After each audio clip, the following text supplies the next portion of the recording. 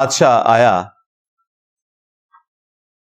ملک المنصور قلاوون، اس نے 678 ہجری کے اندر 8 سے 800 سال پہلے کوئی منت مانی تھی، اس نے پکڑ کے گنبد خضرا رکھ دیا نبی صلی اللہ علیہ وآلہ وسلم کی قبر اطہر کے اوپر۔ اس ٹائم یہ گرین کلر کا نہیں تھا، وہ وائٹ کلر کا ہوتا تھا۔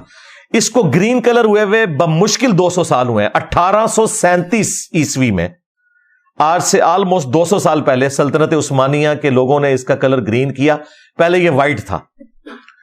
اور یہ گنبد بھی نبی علیہ السلام کی وفات کے 650 سال بعد رکھا گیا۔ یہ 7ویں صدی ہجری مسلمانوں کے لیے ایک سمجھ لیں 2 بڑی بدعتیں جو انہوں نے جاری کی امت کے اندر۔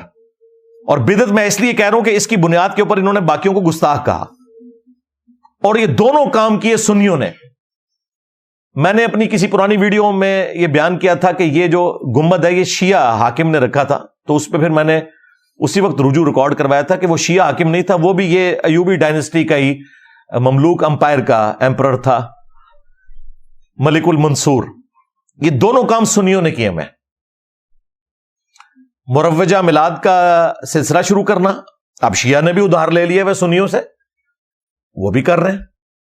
اور دوسرا یہ گنبد خضرا رکھنا، حالانکہ نبی علیہ السلام کے زمانے سے پہلے، آپ کی پیدائش سے بھی 35 سال پہلے آیا صوفیہ کا گنبد بنا ہوا ہے۔ یہ جو استنبول کے اندر آیا صوفیہ جو اب اردگان نے کھول دیا ہے، اور وہاں پہ جمعے کی نماز بھی ہوتی ہے اور عام دنوں میں میوزیم، یہ نبی علیہ السلام کی پیدائش سے بھی 35 سال پہلے کا بنا ہوا ہے۔ کتنا بڑا گنبد ہے، یعنی ٹیکنالوجی موجود تھی۔ حضرت عمر کے دور میں آج کے اربوں ڈالرز جزیہ ملتا تھا رومن امپائر سے مسلمانوں کو، وہ تو سونے کا گنبد بنا کے قبر رسول پہ رکھ سکتے تھے۔ ان کو تو کسی کے دماغ میں یہ بات نہیں آئی ہے یہ کوئی نبی علیہ السلام کی عزت افزائی ہے کہ یہاں پہ گنبد رکھیں۔ انہیں پتا تھا، صحیح مسلم میں حدیث ہے، میں تمہیں منع کرتا ہوں قبروں کو پکا کرنے سے، قبروں پر عمارت بنانے سے، اور قبروں پر بیٹھنے سے۔ وہ اس کو نبی علیہ السلام کی گستاخی شمار کرتے تھے، اور سیم یہی گستاخی شمار کی گئی جب پہلی دفعہ گنبد رکھا گیا۔ اور جس بندے نے مشورہ دیا تھا وہ کچھ عرصے بعد معزول ہو گیا، تو لوگ یہ باتیں کرتے تھے کہ اس سے سزا ملی ہے جو اس نے الٹے کام کا مشورہ دیا تھا۔ اور آج اس کے اوپر بات کریں تو گستاخی رسول کہتے ہیں آپ کو۔ میرے سوا تو کسی کی جرت نہیں، وہ بھی کسی کی جرت نہیں کہ بات کر جائے، باقی تو شاہی کوئی نہیں۔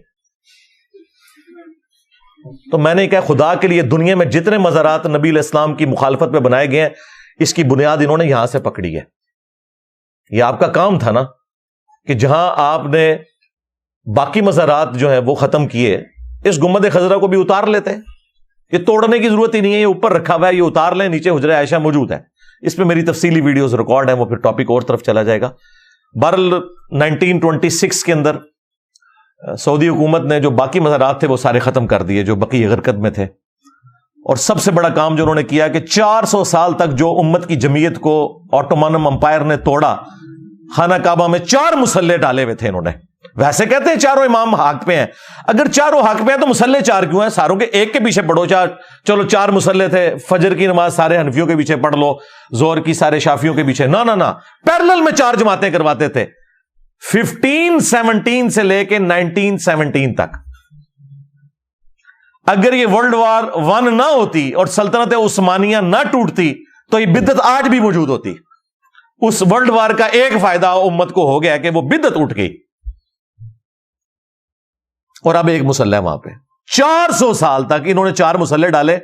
آپ اندازہ لگائیں کہ انہوں نے مسلمانوں کی جمعیت کو توڑا، اور کہتے ہیں یہ ہمارے بزرگوں کی خدمات ہیں۔ انجینئر صاحب بزرگوں پہ بولتے ہیں، بھائی وہ بزرگ جو ہیں وہ آپ کے بزرگ ہیں، ہمارے بزرگ وہ ہیں کہ جب وہ لوگ پیدا بھی نہیں ہوئے تھے نا، اس سے بھی 800 سال پہلے جو بزرگ تھے وہ ہمارے بزرگ ہیں۔ بدعتیں تم داخل کرو دین میں، جب ہم بولیں ایک غریب تو بدتمیز نہ سوئی تو میں نبی سا ہے ہی کوئی نہیں، تیرے بابے تھے شاہ ہی کوئی نہیں، لے جاؤ بابے۔